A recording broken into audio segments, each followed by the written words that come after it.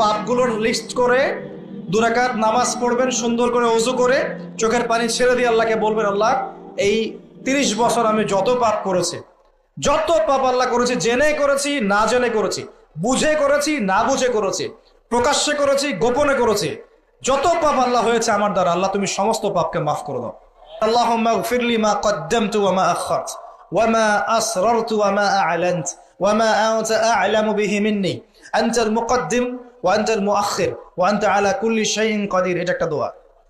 অথবা বলবেন, আল্লাহুম্মা আনতা রাব্বি লা ইলাহা ইল্লা আনতা খালাকতানি আনা আবদুকা ওয়া আনা আলা আহদিক ওয়া ওয়া'দিকা মাস্তাতা'তু আউযু বিকা মিন শাররি মা সানা'তু আবু'ু লাক বিনি'মাতিকা আলাইয়া ওয়া আবু'ু বিযানবি ফাগফিরলি ফাইন্নাহু লা ইয়াগফিরু যুনুবা ইল্লা আনতা। এটাও পারেন না, বলবেন, আল্লাহুম্মা ইন্নী যালামতু নাফসি যুলমান কাসীরান ফাগফিরলি মাগফিরাতান মিন ইনদিকা ওয়ারহামনি ইন্নাকা আনতাল গফুর। এটাও পারেন না, বলবেন, রব্বিগফিরলি রব্বিগফিরলি। এটাও পারেন না, বলবেন, রব্বিগফির ওয়ারহাম ওয়া আনতা খায়রুর রাহিমিন, রব্বিগফির ওয়ারহাম ওয়া আনতা খায়রুর রাহিমিন। আমার সাথে বলেন, রব্বিগফির ওয়ারহাম ওয়া আনতা খায়রুর রাহিমিন। এতটুকু অন্তত বলবেন, বলে চোখের পানি ছেড়ে দিয়ে আপনি তওবা করবেন ইনশাআল্লাহ তাআলা। আল্লাহ পাক কি বলছেন শোনেন। আল্লাহ পাক বলছেন সূরা ফুরকানের শেষের দিকে, আল্লাহ পাক বলছেন, ইল্লা মান তাবা, যে ব্যক্তি তওবা করে ফিরে আসবে, ওয়া আমানা, এবং ঈমান নিয়ে আসবে, ওয়া আমিলা আমালান সালিহান, এবং সৎ-আমল সম্পাদন করা শুরু করবে, মানে এরপর আর খারাপ কাজ করবে না, বাকি জীবন ভালো কাজ করবে। ফাউলাইকা ইউবাদদিলুল্লাহু সাইয়্যাতিহিম হাসানাত। এরাই সেই ব্যক্তি, এরাই সেই সব মানুষ যাদের সমস্ত গুনাহকে আল্লাহ পাক নেকি দিয়ে পরিবর্তন করে দেবেন ইনশাআল্লাহ। শুধু গুনাহ মাফ করে দিবেন না, আল্লাহ পাক বলেছেন শুধু গুনাহ মাফ করব না, যদি গুনাহ হয় থাকে 1 কোটি, আল্লাহ পাক 1 কোটি নেকি দিয়ে পরিবর্তন করে দিবেন ইনশাআল্লাহ। কিসের অপেক্ষা তাহলে? এখন আজকে কোনো অপেক্ষা হবে? আজকে রাত্রে ইনশাআল্লাহ তওবা করে, এখনই তওবা করে ফেলবো ইনশাআল্লাহ। ওয়াজ শুনে বাসায় গিয়ে জায়নামাজে বিছিয়ে 2 রাকাত নামাজ পড়ে খাস তওবা করে, এভারেজ মুসলিম হওয়ার তওবা করব না। কিরকম মুসলিম হওয়ার তওবা করব? যে মুসলিমরা সমাজ পরিবর্তন করে দিয়েছে, ওই মুসলিম হওয়ার চেষ্টা করবো ইনশাআল্লাহ। এটা করতে গেলে কি লাগবে? ফার্স্ট অফ অল আপনাকে জ্ঞান অর্জন করতে হবে। কি করতে হবে? প্রচুর পড়াশোনা করতে হবে। জ্ঞানের বিপ্লব চাই, জ্ঞানের পুরো বিপ্লব চাই। তারপরে বেশি বেশি নেক আমল করতে হবে নবীর সুন্নাহ অনুযায়ী।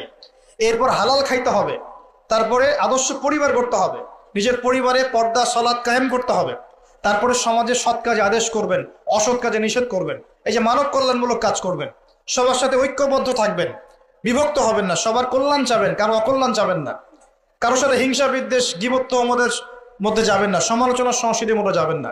আল্লাহওয়ালা আত্মশুদ্ধিওয়ালা মানুষের কাছে থাকবেন, পলিটিশিয়ানদের সাথে ভালো সম্পর্ক রাখবেন, তাদেরকে নিয়ে দিনের কাজ করবেন, তাদেরকে বাদ দিয়ে দিনের কাজ করবেন না, তাদেরকে নিয়ে দিনের কাজ করবেন, এবং তাদের মধ্যে যারা সৎ, যারা, তাদেরকে ভোট দিবেন। সমস্যা কি? আজকেই তওবা করেন, ফিরে আসেন এবং দিনের জন্য কাজ করার প্রত্যয় ব্যক্ত করেন। আল্লাহ পাক তৌফিক দান করুন। এই সময়ের কসম করে আল্লাহ বলছেন সবাই ক্ষতির মধ্যে আছে। সবাই বলতে কারা?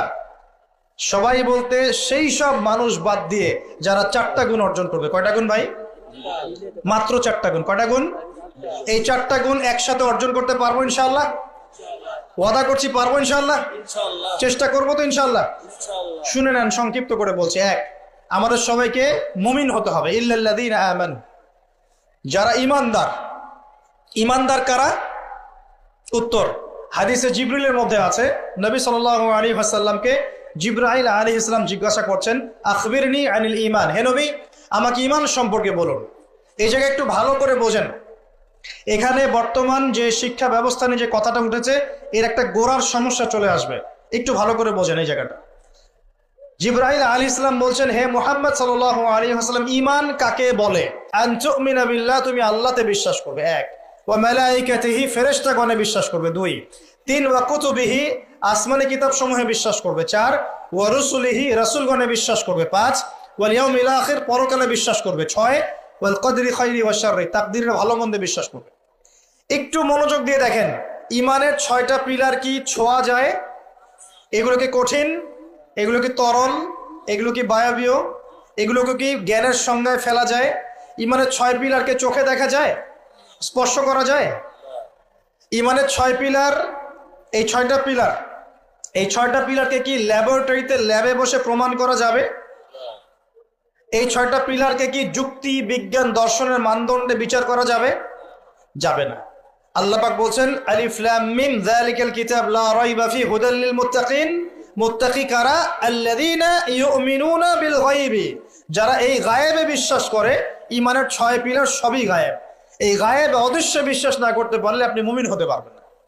তো আমাদের বিলিভ, আমাদের বিশ্বাসের ভিত্তিটা হচ্ছে অদৃশ্য। আমাদের বিশ্বাসের ভিত্তি কি? অদৃশ্যের জগৎ, গায়েবের জগৎ। আর পশ্চিমাদের বিশ্বাসের জগৎ হচ্ছে দৃশ্যমান জগৎ। এ কারণেই তাদের শিক্ষা সিস্টেমগুলো সব দৃশ্যমান জিনিসে বিশ্বাস করে, অদৃশ্য বিশ্বাস করে না। এই কারণেই তারা এই সব মতবাদগুলোকে বইপত্র নিয়ে আসে।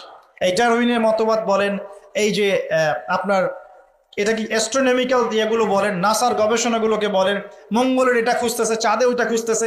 মানে ওরা চোখে যা দেখবে এটা বিশ্বাস করবে, চোখে যা দেখি না বিশ্বাস করবো না। আর ওই মতবাদটাকে তারা জোর করে মুসলিমদের উপর চাপাতে যাচ্ছে। এই কারণেই মুসলিমদের বইপত্রের মধ্যে এখন এগুলো ঢুকে যাচ্ছে, এই মতবাদ।